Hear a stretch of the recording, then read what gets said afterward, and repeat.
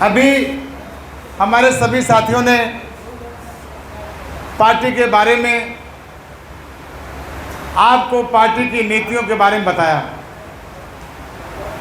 हमारी पार्टी, आप पर्चा लिखेंगे उसमें पढ़ा हुआ है, हमारी पार्टी का उद्देश्य जितने भी उपेक्षित, हक वंचित, शोषित और पीड़ित लोग हैं, जिनके साथ अन्याय हुआ है, जिनको सम्मान नहीं मिला है, जिनको जिनका अधिकार नहीं मिला है, ऐसे लोगों को जोड़ करके हम अपनी पार्टी को आगे ले जाना चाहते हैं। जब हमारा उद्देश्य ये है कि ठुके पिटे लुटे अपमानित हक वंचित उपेक्षित लोगों को जोड़ना है, तो पहले हमको देखना है कि हम भी ठुके पिटे लुटे हक वंचित उपेक्षित हैं। हम जिस समाज को बिलोंग करते हैं, यादों में जिस समाज को हम बिलोंग करते हैं, उस समाज में भी जब हम अपने आप को झांक करके देखते हैं तो हम ये पाते हैं कि हम 40 वर्षों से हम भी ठुके पिटे लुटे हक वंचित उपेक्षित ही हैं। तो हम पहले अपने लोगों को जागरूक करेंगे, अपने लोगों को जागृत करेंगे और अपने लोगों को बताएंगे कि हमारे साथ क्या हो रहा है, नाइंसाफ़ी हो रही है। तो ऐसे हमारे जैसे जिस समाज के जो भी लोग हैं, चाहे वो पाल समाज के हैं, लोधी राजपूत समाज के हैं, आपके साक समाज के हैं, कश्यप समाज के हैं, प्रजापत समाज के हैं, जिस समाज के लोग हैं हमारे जैसे ही हैं, उनको भी हम जोड़ करके अपनी पार्टी के साथ जोड़ करके अपनी पार्टी को मजबूत करने का काम करेंगे। हमारी पार्टी का जैसा नाम है, यथो नाम तथो गुणा। हमारी पार्टी का नाम है, यदि कोई पिता अपने लड़के को बहुत बहादुर बनाना चाहता है तो वो उसका नाम बहादुर सिंह रखता है। यदि कोई पिता अपने लड़के को बहुत ईमानदार बनाना चाहता है तो उसका नाम, सत्यवादी बनाना चाहता है तो उसका नाम हरिश्चंद्र रखता है। यदि कोई पिता अपने लड़के को माता पिता का भक्त बनाना चाहता है तो उसका नाम श्रवण कुमार रखता है। हम अपनी पार्टी को सभी के सुख दुख के हिस्सेदार बनाना चाहते हैं। इस देश में जो भी नागरिक हैं, किसी भी जात धर्म संप्रदाय से है, हम उन सबके सुख को, उन सबके दुखों को दूर करके उनको सुख का वातावरण प्रदान करना चाहते हैं, देना चाहते हैं। ये हमारी पार्टी का अपना उद्देश्य है। जब हम सभी के दुखों को दूर करना चाहते हैं, मेरी बात को बहुत लंबी नहीं होगी, थोड़ा सुन लीजिए। जब हम सभी के दुखों को दूर करना चाहते हैं तो हम जहां पैदा हुए हैं हम उसके भी दुखों को दूर करना चाहते हैं। हमारा दुख, हम सब लोगों को सोचना है कि मैं किसी एक पार्टी को टारगेट नहीं करता, लेकिन हमको जिसने दुख दिया है, हमारा जिसने मर्डर किया है, हमको जिसने सड़क पर लुटा लुटा करके ठोका पीटा है, हमको जिसने हमारा अधिकार नहीं दिया है, हमको बाली की तरह ठोक पीट करके मार मार करके गधा हमारी पत्नी छीन करके हमको राजमहल से निकाल करके जंगलों में रहने के लिए मजबूर किया है, तो क्या उस बाली के अत्याचार के बारे में हम बाली का नाम नहीं लेंगे? बोलो भाई, लेंगे नहीं लेंगे? तो आज हम लोगों को ये देखना है, हम आप सब साथियों से पूछना चाहते हैं, फिरोजाबाद की जन धरती बहुत ही बुद्धिजीवियों की धरती है। मैं जब भी कभी बात करता हूँ कानपुर देहात में, कभी बात करता हूँ फरगाबाद में, कन्नौज में, तो आपकी धरती को जरूर प्रणाम कर लेता हूँ। और मैं ये कहता हूँ कि मैं उनकी संतान हूँ, गुलामों की संतान नहीं है जो हम गुलामी कर रहे हैं। हम गुलामों की संतान नहीं है जो हम गुलामी कर रहे हैं। हम ओरावल, भारौर, रिपधुनी जैसे राजा महाराजाओं की संतान हैं। तो हम तो रोज आपको प्रणाम करते हैं, रोज आपकी धरती को प्रणाम करते हैं और आपकी धरती को प्रणाम करके आपसे ऊर्जा प्राप्त करते हैं। मैं आप सबसे ये पूछना चाहता हूं कि आपकी पार्टी समाजवादी पार्टी है, वो आपकी पार्टी क्यों है? आप उसको अपनी पार्टी इसलिए मानते कि ये पार्टी यादवों की पार्टी है। सभी बुद्धिजीवी लोग यहां पर बैठे हुए हैं, अपने दिल पर हाथ रख के देखो कि क्या ये पार्टी यादवों की पार्टी है? हाँ ना करिए, बोलो हम मास्टर रहे हैं, हम बच्चों से जवाब भी लेते हैं। आप बच्चे नहीं हैं, लेकिन हम पूछ रहे हैं, अगर मेरी बात समझ रहे हैं, क्या ये समाजवादी पार्टी यादवों की पार्टी है? अगर ये समाजवादी पार्टी यादवों की पार्टी होती तो सन 1977 में जब समाजवादी पार्टी नहीं थी और जब यादवों का कोई नेता नहीं था, तब यादवों ने अपने ही बल पर 1977 में 80-82 विधायक उत्तर प्रदेश की विधानसभा में भेज दिए थे। और जब 80-82 विधायक विधानसभा में भेज दिए थे तो मजबूरी में चंद्रशेखर आजाद, मोरारजी देसाई जैसे सेंटर में बैठे हुए लोगों को मजबूरी में हमारे रामनेश यादव जी को मुख्यमंत्री बनाना पड़ा था। मजबूरी बनाना पड़ा। आज किसी मुख्यमंत्री के कृपा पात्र नहीं है।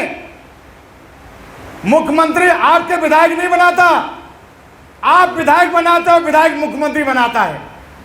आज आपने कमान, तब कमान आपके हाथ में थी, तब कमान आपके हाथ में थी।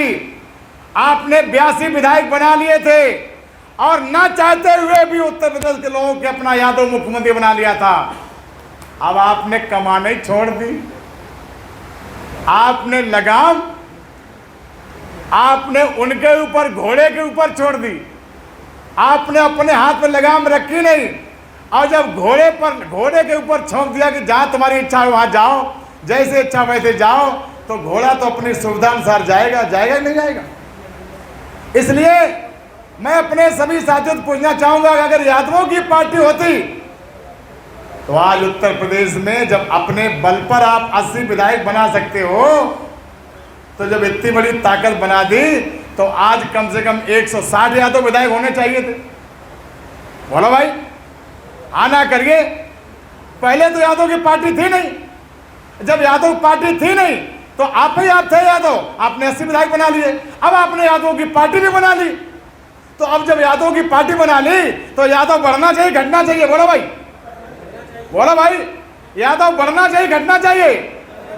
आप इस सच्चाई को स्वीकार करें कि ये यादवों की पार्टी नहीं है, ये एक परिवार की पार्टी है। ये परिवार की पार्टी है, एक परिवार की पार्टी है।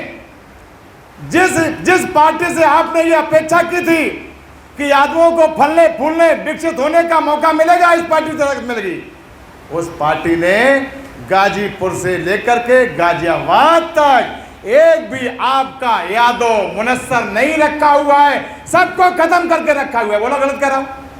बोलो गलत कर रहा हूं? गाजीपुर से लेकर के गाजियाबाद तक एक भी यादव आज की तारीख में मौजूद नहीं है। आपसे कोई पूछे कि आज के यादव नेता बताओ, आपको मालूम है उत्तर प्रदेश में यादवों की संख्या 3,40,00,000 है। यादवों की संख्या 3,40,00,000 है।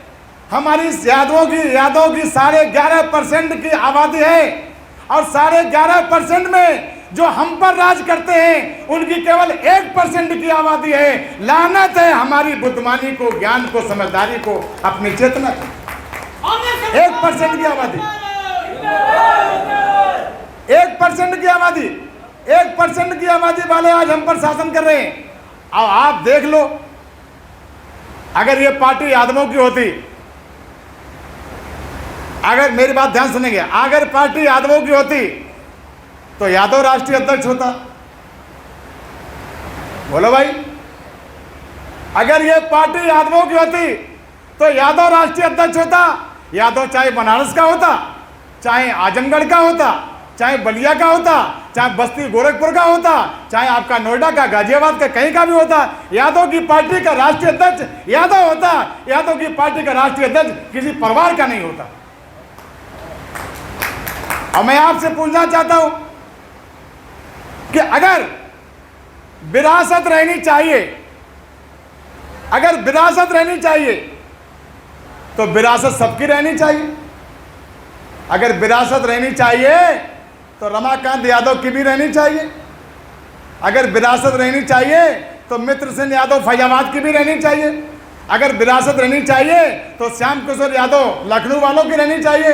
अगर विरासत रहनी चाहिए तो चौधरी हरमोहन सिंह कानपुर वालों की भी रहनी चाहिए। रामपाल सिंह सीतापुर वालों की रहनी चाहिए। हरिओम यादव की भी रहनी चाहिए। अशोक यादव की भी रहनी चाहिए। डीपी यादव रहनी चाहिए। और नरेंद्र सिंह, राजेंद्र सिंह जो बूढ़े नगरिया वाले, उनकी भी रहनी चाहिए। सबकी विरासत खत्म होगी। भारोल वालों की विरासत रहनी चाहिए। सबकी विरासत खत्म होगी, केवल सैफई की विरासत जिंदाबाद रहेगी। बोलो भाई। तो ये तय करना पड़ेगा आज यहां बैठ करके कि ये पार्टी यादवों की पार्टी नहीं है, ये पार्टी परिवार की पार्टी है। अगर यादवों की पार्टी होती तो एक बढ़िया आदर्श मुलायम सिंह जी दे करके जाते और अपने सामने ये कह के जाते कि मेरे बाद मेरा बेटा मुख्यमंत्री नहीं बनेगा, मेरा बेटा राष्ट्रीय अध्यक्ष नहीं बनेगा। ये पार्टी पूरे यादव समाज की है, पूरे उत्तर प्रदेश के यादवों की है। उत्तर प्रदेश में जो यादव समाज का नौजवान होनहार, योग हो, अच्छा हो, उसको राष्ट्रीय अध्यक्ष बनाओ, उसको मुख्यमंत्री बनाओ। इस सच्चाई को जितनी जल्दी हम समझ जाएंगे उतनी जल्दी हम इनसे अपना मोह भंग कर लेंगे। और अगर जब तक नहीं समझ पाएंगे तब तक हम अंधेरे में बने रहेंगे। मैं एक बात पूछना चाहता हूं, आप सबसे कहना चाहता हूं कि आज हमारी हालत कौरवों के दरबार में चीर हरण होते हुए द्रौपदी जैसी है। बुरा लगे तो गाली दे लेना, और गाली वो देना जो हमारा तुम्हारा रिश्ता हो, वो गाली देना। मैं पूरब का हूं, आप पछाड़ के, ये रिश्ता हमारा आपका बनता है, बनता ही नहीं बनता। तो मैं क्या कह रहा था, मैंने अभी आपसे क्या पूछा? हमने अभी कुछ कहा आपसे? है जी? द्रौपदी जैसी स्थिति है हमारी। बहुत ध्यान देना, मैं क्या कहना चाहता हूं, तभी आपको समझ आएगा। द्रौपदी का चीरहरण हो रहा है, दुशासन साड़ी खींच रहा है, द्रौपदी वहीं फंसी हुई है। सबसे पहले द्रौपदी ने कहां ध्यान दिया? ये वाक्य ये सुनने में मिलेगा नहीं, बहुत कम मिलेगा, सुनो उस ध्यान से। सबसे पहले द्रौपदी ने कहां ध्यान दिया? सबसे पहले द्रौपदी ने अपने पतियों की तरफ ध्यान दिया। हमारे पति कौन है? हमारे ही समाज के, हमारे घोसी यादव समाज के, समाजवादी पार्टी के तलुए चाटने वाले गुलाम नेता हैं। वो द्रौपदी के पति के रूप में है। सबसे पहले हम उनकी तरफ देखते, द्रौपदी ने उनकी तरफ देखा। तो जैसे द्रौपदी ने देखा कि तो आज के दिन के लिए हमने तुम्हें अपना पति बनाया था, मेरी बेइज्जती हो रही है और तुम हथियार रखे लग नीचे से डाले हो। द्रौपदी ने बहुत ललकारा, लेकिन ये नपुंसक पांचों पांडव कुछ भी नहीं कर पाए। फिर द्रौपदी का ध्यान गया भीष्म पितामह की तरफ कि भीष्म पितामह जी, आप तो पूरे कुल के गुरु हैं, पितामह हैं, हम आपकी पुत्र वधू हैं, पौत्र वधू हैं, आपके सामने मेरी बेइज्जती हो रही है, आपके आज चाहें तो अभी रुकवा सकते हैं। भीष्म पितामह कहने के लिए पांडवों के थे, लेकिन माल तो कौरवों से खींच रहे थे। ये तो अलग बात है कि हमने सिंहासन की कसम खाई, जे कसम खाई, वो कसम खाई, हम हट नहीं सकते, बात ये नहीं है। पांडवों के पास कुछ देने को था नहीं, कौरवों के यहाँ उनको सम्मान मिल रहा था, इसलिए भीष्म पितामह भी नीचे नार डाल गए। फिर द्रौपदी ने द्रोणाचार्य की तरफ देखा, द्रोणाचार्य भी नीचे सिर डाल गए। जब तक इन भीष्म पितामहों की तरफ देखते रहोगे, जब तक इन पतियों की तरफ देखते रहेगी द्रौपदी, जब तक द्रोणाचार्यों की तरफ देखते रहेगी, अभी पता चश्मा वाले, मैं नहीं जानता कौन चश्मा वाला है, कौन साकचोर है, क्या है, या मैंने सुना कि यहाँ ऐसे शब्दों का प्रयोग किया जाता है। तो जब तक ऐसे लोगों की तरफ हम लोग देखते रहेंगे, तब तक आपकी कोई भी चिंता नहीं की जाएगी। कर भैया बला अपनी, छोड़ पराई आस। जब तक अपने पैरों पर खड़े नहीं होंगे, तब तक आपके मान सम्मान की रक्षा करने कोई नहीं आएगा। जब द्रौपदी ने यह सुना ये समझा कि यहाँ कोई हमारी देखरेख करने वाला नहीं है, तो द्रौपदी हनक करके अपने पैरों पर खड़ी हो गई। उसको अपनी ताकत का एहसास हुआ और उसने सीधे भगवान कृष्ण ने डोर लगाई और सीधे भगवान कृष्ण ने डोर लगा करके भगवान कृष्ण ने उसके मान सम्मान की रक्षा की। अपने पैरों पर खड़े होने का अभ्यास किया जाए, दूसरे लोग हमारे मान सम्मान की लड़ाई लड़ने नहीं आएंगे।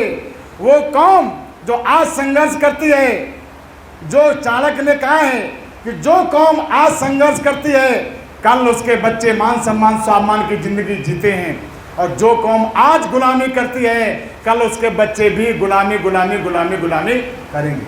क्या सोच रखा है हम लोगों ने, क्या सोच रखा हम लोगों ने कि हमने 1000 साल का रुका कर दिया है क्या सभी वालों के लिए? हमने कोई गारंटी लेटर लिख कर दिया कि हम आपको वोट देते रहेंगे और आप नेता बनते रहिए, यही कर रखा है क्या? हमको ध्यान रखना पड़ेगा। हमको रुपए पैसे संपत्ति मकान दुकान जमीन से सम्मान नहीं मिलता।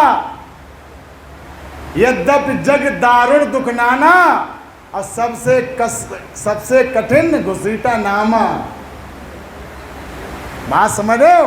यद्यपि जग दारुण दुख नाना। आपके बीच में आते हैं जब, तो कहते यादव जी 5 साल में जब आते हैं, जब 5 साल में चुनाव होता है तो हम लोग सब यादव बन जाते हैं।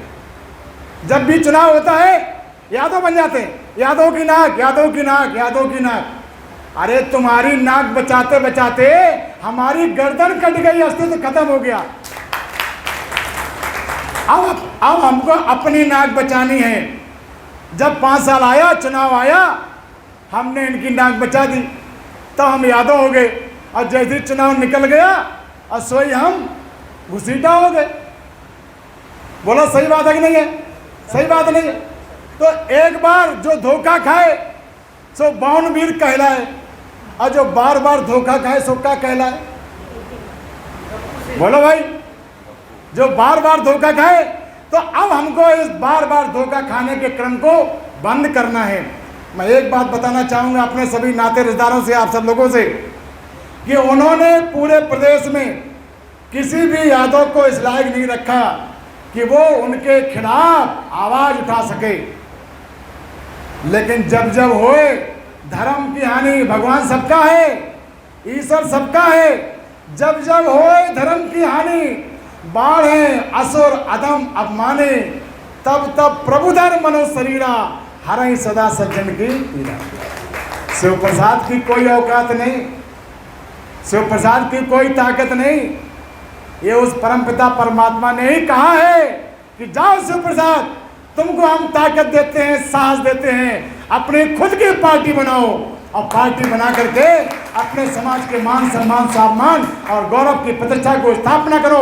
आज नहीं तो कल हम रहे ना रहे इसका कोई गम नहीं, लेकिन हमारे आगे आने वाले बच्चों की पीढ़ियों को तो सम्मान का जीवन मिलेगा। इसलिए हम आप सबसे ये गुजारिश करते हैं, आप सबसे ये प्रार्थना करते हैं कि सब लोग इस पार्टी को अपनी पार्टी समझ करके, इस पार्टी को अपनी पार्टी जान करके आप इसको अपनाइए, इसको आगे बढ़ाइए। यही पार्टी आगे चल करके अपने समाज के मान सम्मान स्वाभिमान का रास्ता बनाएगी।